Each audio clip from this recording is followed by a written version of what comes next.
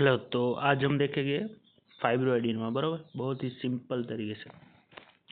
तो सबसे पहले तो एक पेशेंट आपके पास आता है, एक फीमेल 20 साल की, जो आपको बताती है उसके ब्रेस्ट में पेनलेस लंप है। ओके, तो फिर आप क्या करोगे, एग्जामिन करोगे। ओके, तो आपको एग्जामिनेशन में पता चला जो ये लंप है बहुत ही स्मूथ राउंड बॉर्डर है, कंसिस्टेंसी कैसी है, firm to hard consistency. Okay, और फ्रीली मोबाइल है।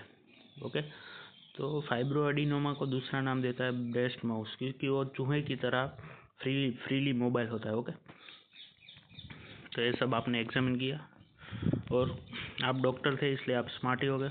ओके, तो आपने डायग्नोसिस कर लिया फाइब्रोएडिनोमा।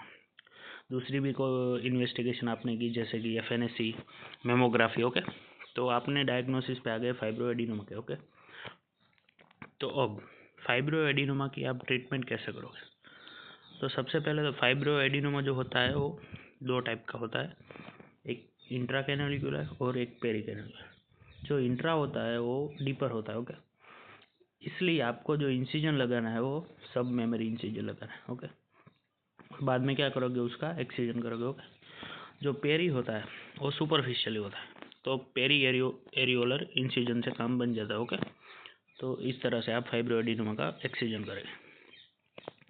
एक बार और बता देता हूँ मैं।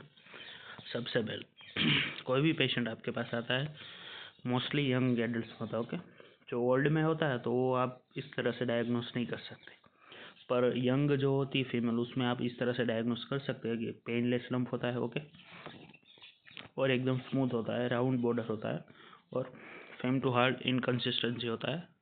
और दूसरा क्या, मैंने माउस के बारे में आपको बताया कि फ्रीली मोबाइल होता है, इसीलिए इसको ब्रेस्ट का माउस भी कहते हैं। ओके, तो आपने डायग्नोस किया कौन सा, फाइब्रोएडिनोमा। ओके, और फिर मैंने जो आपको ट्रीटमेंट बताई वो। थैंक